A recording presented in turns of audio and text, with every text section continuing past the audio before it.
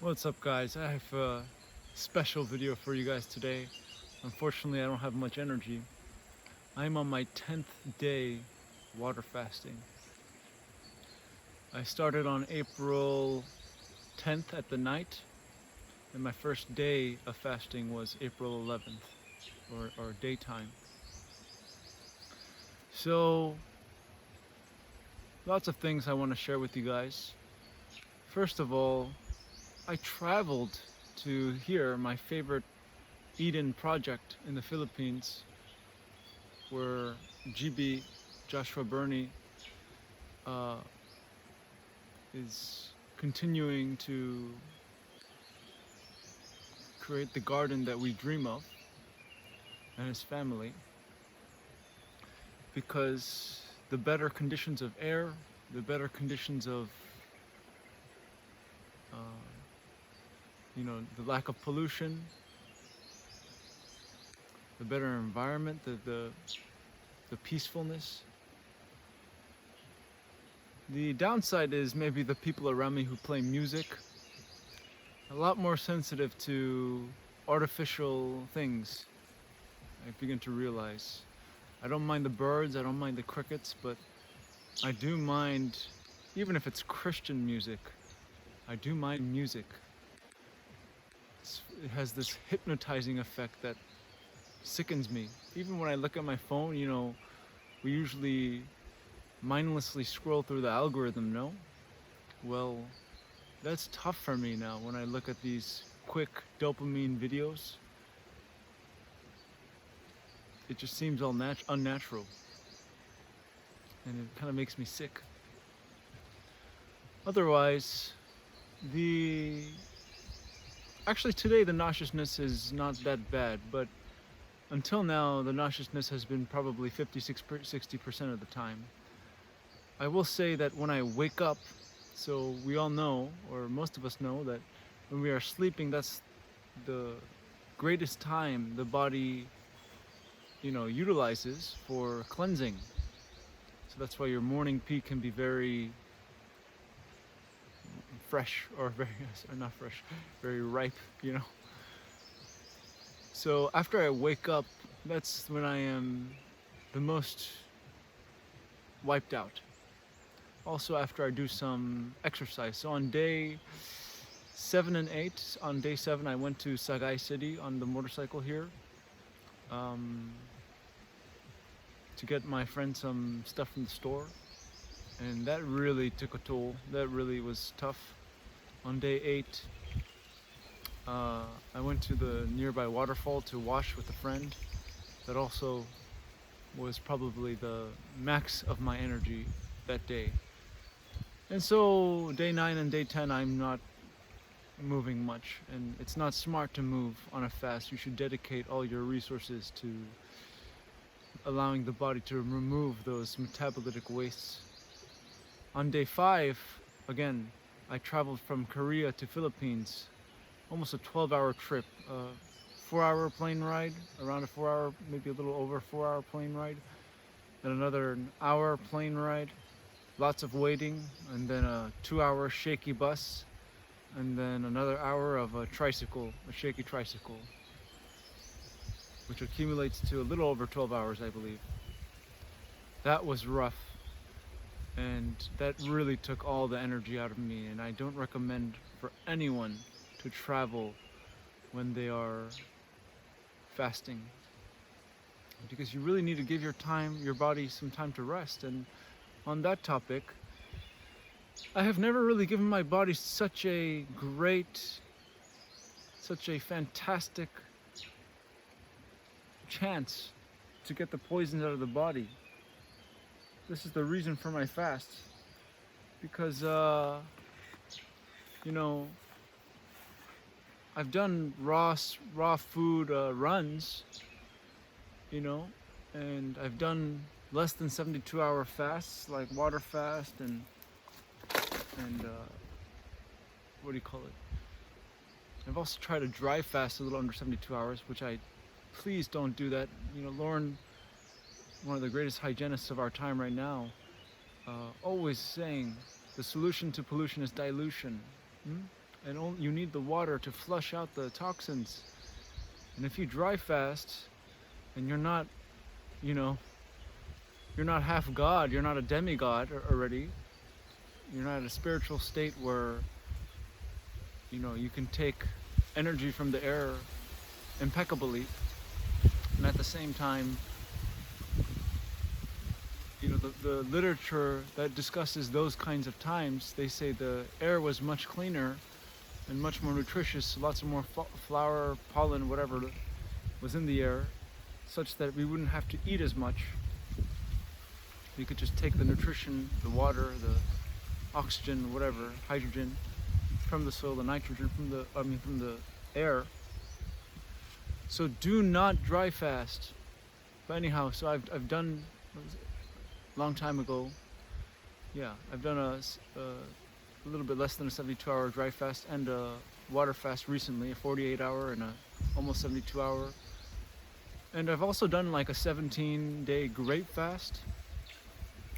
So here and there, I've had small spurts where I could give my body some time to focus and rest and really get out those toxins, but not like this.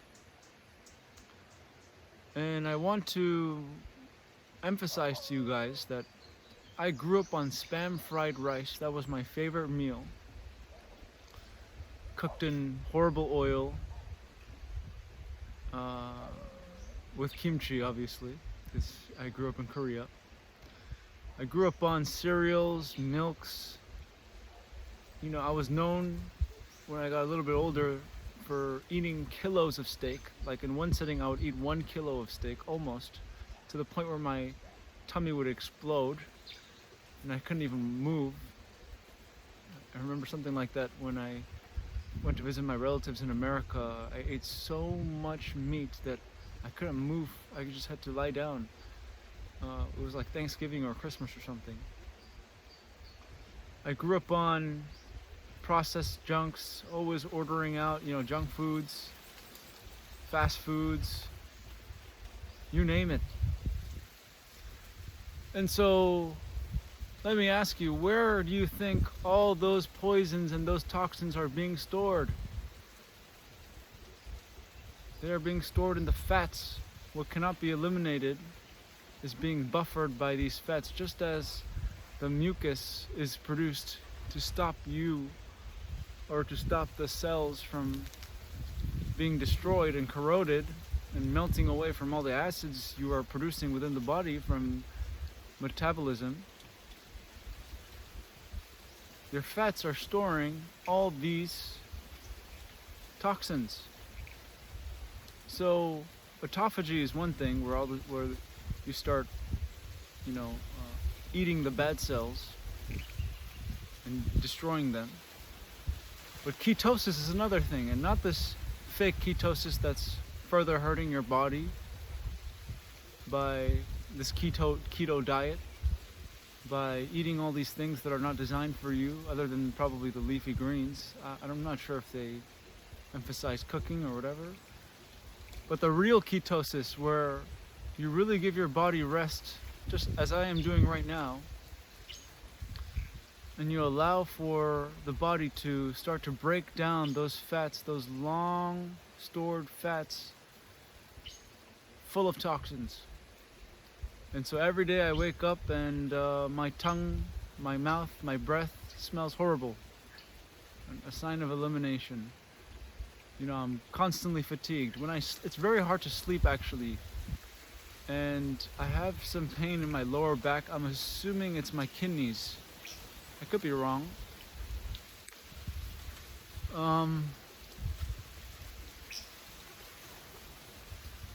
Water is another very important thing. You should be drinking at least 4 liters of water. And here we only have well water. So in Korea, the one good thing about Korea, even though the environment was poor, was I had access to distilled water, which is absent of all these inorganic minerals, which is more toxins for your body to deal with. In Colonia Divina, my favorite Eden project in the Philippines, the best water we have is coconut, but I don't want to drink coconut to slow down the ketosis and give myself more fuel. So I am reliant on well water. So we will see what happens with that. But anyhow, what else? Oh, I am excessively bleeding from the gums, especially when I brush. And I've had problems, so these are the few problems that I have, is receding gums, a little bit of receding gums, and bleedy gums. Because again, I've ingested lots of toxins in my life, and when they come out, a lot of it comes out through your mouth. And so imagine all these acids in your mouth, well, it's gonna hurt your gums. And also I've had some persistent belly fat because I was very overweight when I was younger. Most don't believe me. Here, I'll kind of show you like a body shot.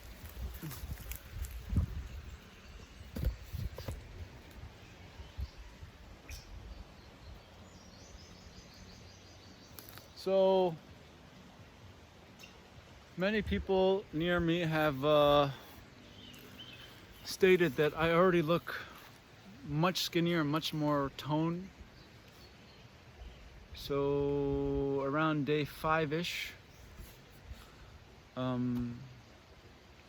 yeah, around day 5-ish, you could significantly see that I was losing weight. So fasting is another great way to lose weight, but there's a caveat, because after you fast and you break it correctly with the raw foods and you clean out all the trash in your intestinal walls, you're gonna absorb a lot better, which means you're gonna gain weight a lot quicker.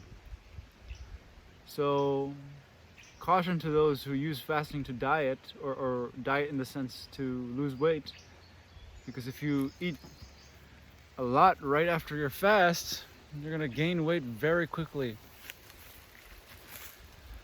So I'm just going off the top of my head because my laptop is not functioning right now. So I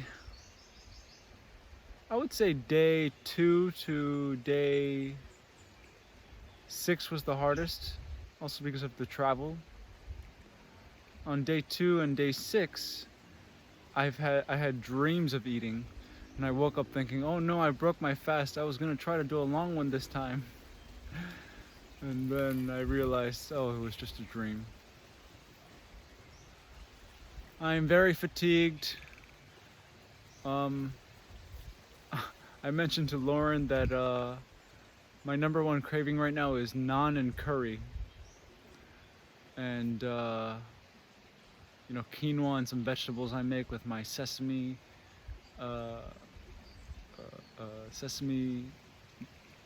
powder that I create, my roasted sesame powder, and also durian. But Lauren was mentioning how, you know, and I already knew this before she mentioned, you know, Indian food, for example, is full of spices. They're all stimulants. So that means the body is fatigued, and it wants something just like coffee to jerk itself into or outside of fatigue, because it's an addiction. And that's really what I'm dealing with here, folks, is an addiction. And many of us, we're at a difficult stage to deal with that, but eventually we should allow our bodies a chance to deal with this addiction. So that's why I'm very resolute in the fact that all these numerous poisons that I've been ingesting since childhood, since about 21, because at 21 I think I went vegan at 21, and I really started doing more of the raw foods in 2022, 2023, when I was 22 or 23. So, yeah. So, we really have to confront ourselves and who we are and the design that the Creator left with us with our body. So let's see, what else do I have to address that could be helpful to you guys if you guys decide to fast?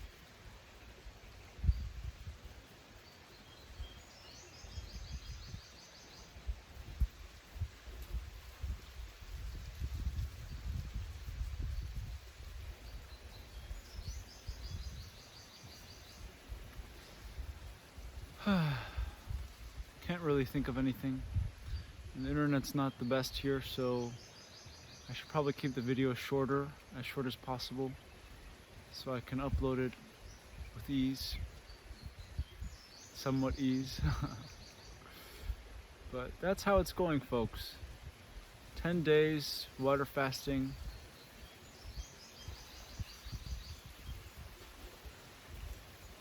Not the easiest thing in the world, but what has to be done has to be done.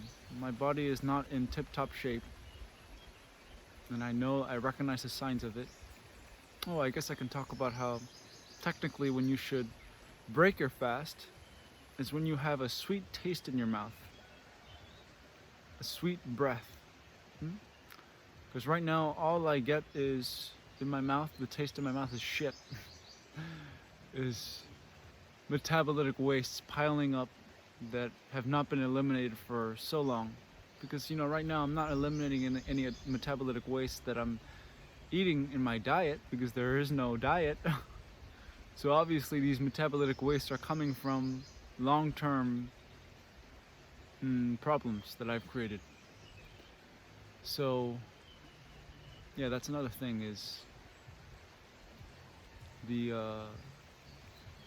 time you break your fast is either when you cannot drink enough water, because many people have died. How many people have to die on dry fast for us to finally see that we should just safely water fast before all the spiritual talk?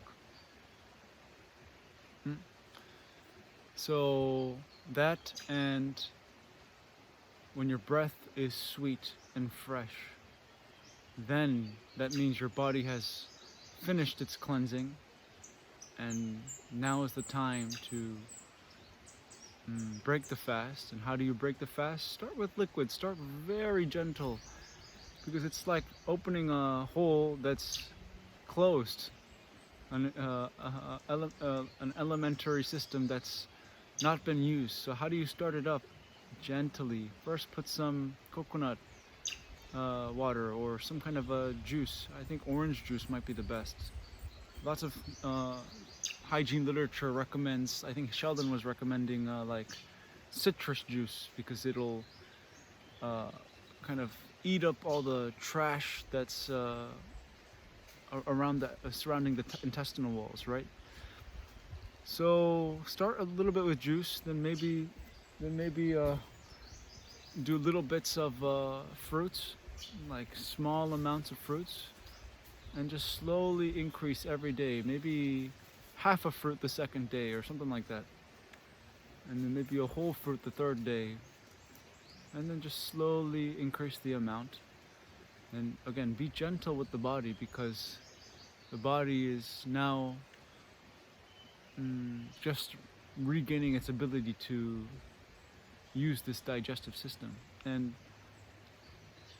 and the other side of that is, when we don't use the digestive system, all the energy that has been gone to digest, to remove the metabolic waste that we're eating from our immediate food, is now redirected to the toxemia, the innervation, the lymphatic stagnation that has been piling up throughout the years, and finally gets its chance to remove that. So that's why water fasting is so powerful. And raw food is the next after that. So I think that's it for today. If I remember more details, I will put it in the next video. Hopefully I'll meet you at day 20. Fingers crossed. But yeah, another thing is, don't set an expectation for your fasting. Just go as long as you can go, because sometimes the expectation will ruin things and cause for you not to listen to your body, when you should listen to your body first and set the expectations later. Again, your body is much smarter than your mind. Your body is very intelligent, and again, it knows what to do, but the mind has created all these disastrous things like the medical industry and medicine and herbal remedies and all this, when all we have to do is stop. Thank you very much.